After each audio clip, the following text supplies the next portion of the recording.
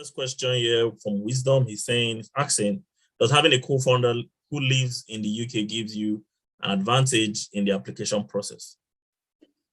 So the way you need to think about it is that you don't need just one upper, you don't need, or let me rephrase it. The assessors are not looking for like one reason why they should endorse you. As a matter of fact, someone explained it to me this way. If you look at the definition, what they are really looking for, and if you understand the need, then you know how you fit in. What they're really looking for is that this person is talented, right? Because we are short of talents. That's the literal definition. Every other thing is just process and procedures. We're short of talents. This person is talented. So I can't say that is one specific data point that gives you a one-upper in the application.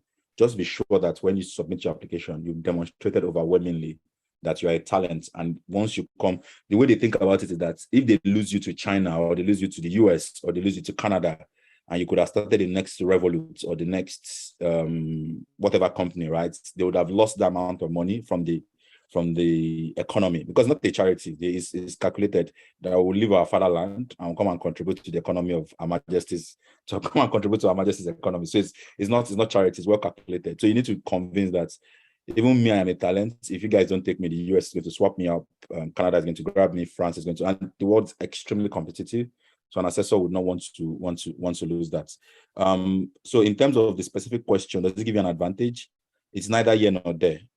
Because one, it depends on the strength of your co-founder who lives in the UK, right? If the venture in Nigeria has progressed significantly and your co-founder lives in the UK, then it gives you one upper because that person is within the UK ecosystem and probably has been recognized within the UK ecosystem. If they just live in the UK and they've not been recognized within the UK ecosystem, it's not a significant advantage.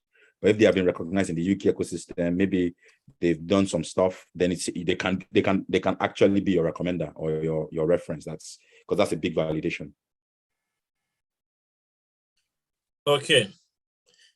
Thank you for taking time to answer that. I think that was very detailed. Straight to the point. So second question is, this is from Austin. I'm currently a final year student. I did some community volunteering in tech and outside tech while in school. I don't have much experience in a tech role. Can I still try out for technician, or should I, bid my time?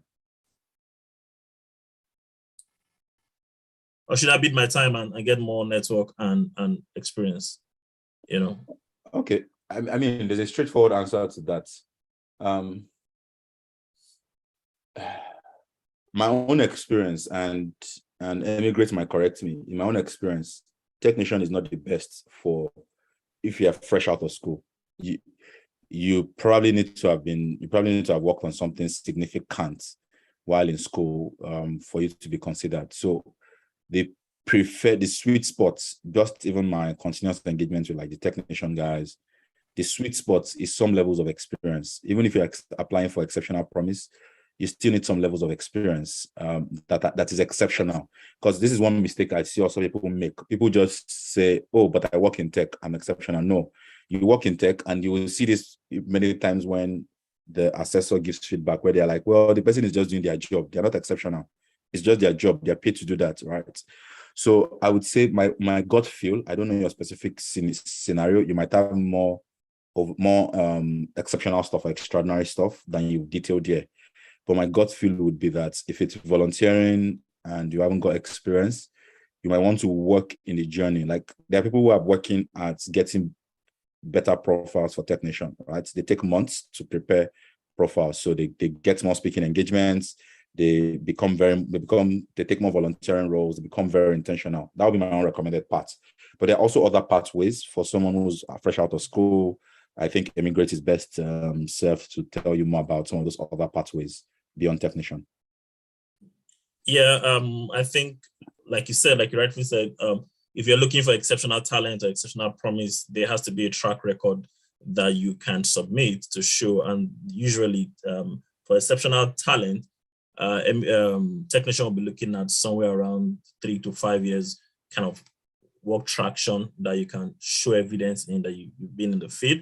But there are also exceptional talent that, in terms of innovation, you had something very out of the box and you know, and they could not resist, and they'll give you the endorsement because this guy is the next Elon Musk, right? So there's no one cap fit all, but we'll ask that you know, connect in the immigrant community, and let's see if we can have a roadmap that we can walk you through as you go. So thank you for asking the question.